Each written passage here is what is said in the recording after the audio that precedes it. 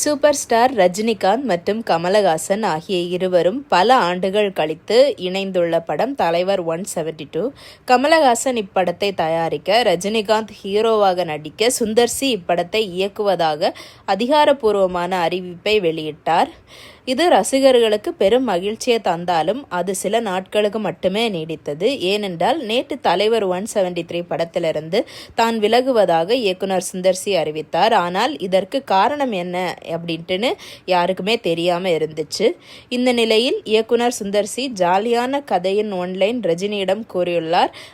ஆனால் ரஜினி அதில் மகிழ்ச்சி அடையவில்லை. ஆரம்பத்தில் இந்த கதை ரஜினிக்கு பிடித்திருந்தாலும் மாஸ் எலமெண்ட்ஸ் இருக்கும் கதையை அவர் விரும்பியுள்ளார். ஸ்கிரிப்டில் மாற்றங்களை கூறியுள்ளார். ஆனால் அதற்கு ஏற்ற ஆள் சுந்தர் சி இல்லை அப்படிங்கிறத அவர் உணர்ந்து இப்படத்திலிருந்து வெளியேற சுந்தர் சி முடிவு செய்து விட்டாராம்.